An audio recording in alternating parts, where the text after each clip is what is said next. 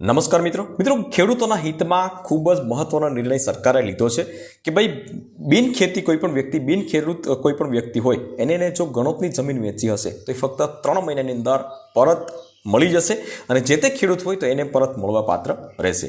હવે આ ગણોત જે છે તો એ ગણોત કોને કહેવાય એના વિશે થોડી ચર્ચા કરી લઈએ। તો આઝાદી પહેલાંનો આ કાયદો છે કે આઝાદી પહેલાં જે છે મોટા મોટા જે જમીનદારો હતા તો એ નાના વ્યક્તિઓ જે ખેડૂત હતા તો એને જમીન વાવવા આપતા હતા, પરંતુ એની સાથે સાથે એ અત્યાચાર પણ કરતા હતા, અન્યાય પણ એની સાથે થતો હતો અને ક્યારેક જે છે તો આ જમીન માલિકો છે તો એ ખેડૂતોને હકાલપટ્ટી કરી દેવામાં આવતી અને ત્યારે ખેડૂતો જે છે એની આજીવિકા છીનવાઈ જતી હતી।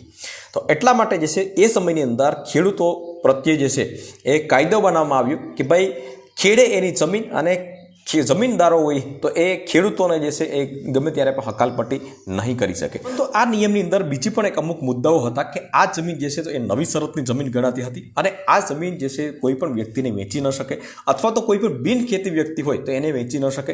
જો વેચવી હોય તો કલેક્ટરની મંજૂરી લેવી પડતી હતી। તો આમાં હવે સુધારા વધારા કરવામાં આવ્યા છે। શું સુધારા વધારા કરવામાં આવ્યા છે એના વિશે વિગતવાર વાત કરીશું મિત્રો। ખેડૂતોના હિતની અંદર નિર્ણય લેવામાં આવ્યો છે તો ખેડૂતોએ ખાસ આ વિડીયો જે છે એ જોઈ લેવો જોઈએ। તો વિડીયોને લાસ્ટ સુધી જોતા રહેજો। તો ચાલો શરૂ કરીએ।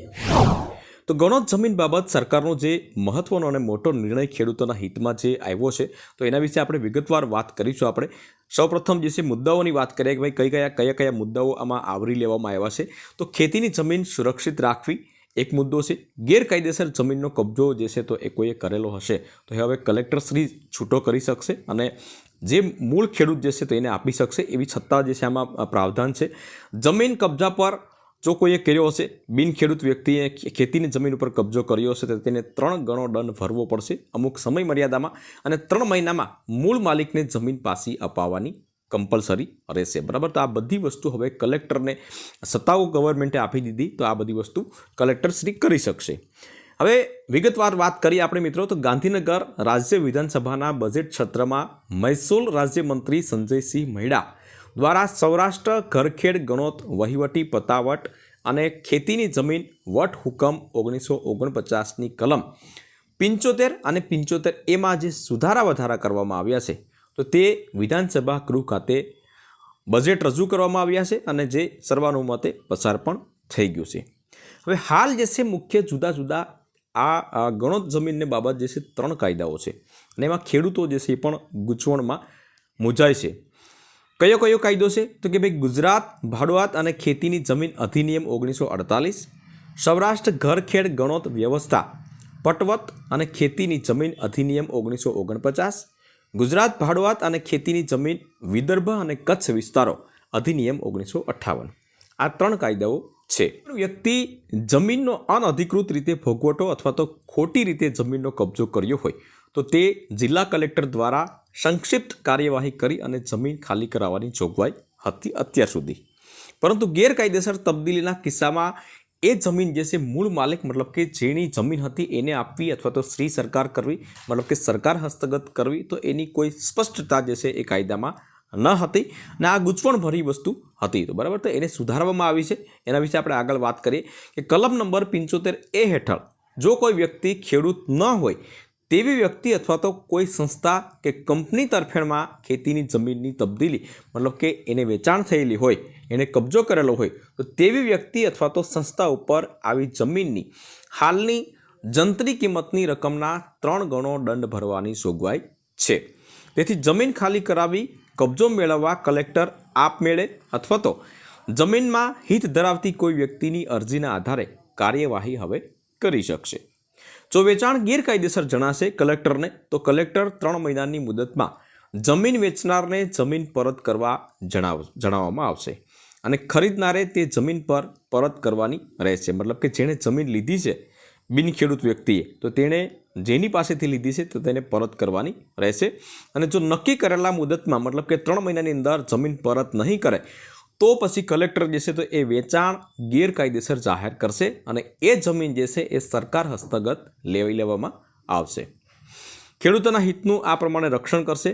આમ આ સુધારા વિધેયક સૌરાષ્ટ્રના ખેડૂતોના હિત અને વહીવટી એકરૂપતા અને કાયદાકીય સ્પષ્ટતા દેશ માટે ખૂબ જ જરૂરી હતું। હવે નવા સુધારાથી શું બદલાશે મિત્રો એના વિશે મેં તમને જણાવ્યું છે। પરંતુ એનાથી વિશેષ જે છે કલેક્ટરને સત્તા શું મળી છે એના વિશે વાત કરીએ આપણે. તો વિધાનસભામાં પસાર થયેલા આ નવા સુધારા વિધેયકથી કાયદાકીય છટકબારીઓ સંપૂર્ણપણે દૂર કરવામાં આવી છે. અત્યાર સુધી જે છે કાયદાકીયમાં આવી રીતના પ્રાવધાન હતું તો એનાથી છટકી જતા હતા, પરંતુ એ બધી વસ્તુ જે છે હવે દૂર કરવામાં આવી છે. હવે જિલ્લા કલેક્ટર પોતાની રીતે કોઈ ખેડૂત જમીનના હિતમાં ધરાવતી કોઈ વ્યક્તિ, મતલબ કે જમીન ધરાવતી કોઈ વ્યક્તિની લેખિત અરજી કરશે, કોઈ ખેડૂત જે છે એ કલેક્ટર કચેરીમાં કેસ કરશે તો તાત્કાલિક કાર્યવાહી શરૂ કરાશે. બિન ખેડૂતો માટે કડક જોગવાઈ કરવામાં આવી છે, મતલબ કે 1 મહિનામાં 3 ગણો દંડ જે છે એ ભરવાની જોગવાઈ કરવામાં આવી છે. કલમ 75A કરવામાં આવેલા સુધારા મુજબ જો કોઈ બિન ખેડૂત વ્યક્તિ, મતલબ કે ખેતી વગરનો વ્યક્તિ અથવા તો સંસ્થા એ ખેતીની જમીન ગેરકાયદેસર રીતે ખરીદી હશે તો તેણે હવે માત્ર 1 મહિનામાં કડક સમય મર્યાદામાં જંત્રીના જે હાલના જે જંત્રીના ભાવ છે જમીનના, તો તેના 3 ગણા જેટલી રકમ દંડ પેટલી ભરવી પડશે.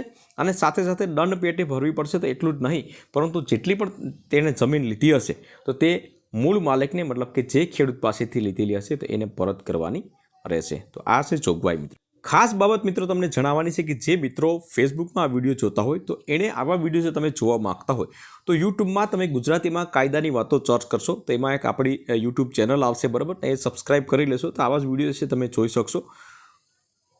મહેસૂલ રાજ્ય મંત્રીએ ગૃહમાં સ્પષ્ટ કર્યું હતું કે ભાઈ ખેડૂત માટે તેની જમીન માત્ર એક આર્થિક સંપત્તિ નથી, પરંતુ તેના પરિવારના જીવન નિર્વાહ અને આજીવિકાનો એકમાત્ર આધાર પણ છે.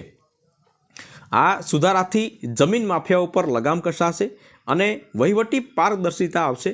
જો કોઈ કિસ્સામાં જમીન સરકારને હસ્તક થશે ભવિષ્યમાં તો તે જમીનનો ઉપયોગ ભવિષ્યમાં શાળા, સરકારી હોસ્પિટલ અથવા તો રસ્તા જેવા સાર્વજનિક હિતમાં કાર્ય કરવામાં આવશે. તો આ હતો મિત્રો જમીન સુધારણાનો જે છે નવો પરિપત્ર. જે નિયમ તો પહેલાં જ હતો પરંતુ એમાં સુધારા વધારા કર્યા છે. મિત્રો વિડીયો ગમ્યો હોય તો વિડીયોને એક લાઇક જરૂરથી કરી લેજો. આમાં તમને કોઈ પ્રશ્ન હોય તો તમે કોમેન્ટ કરી શકો છો. ફરી મળીશું નવા વિડીયો સાથે, ત્યાં સુધી રજા લઈએ.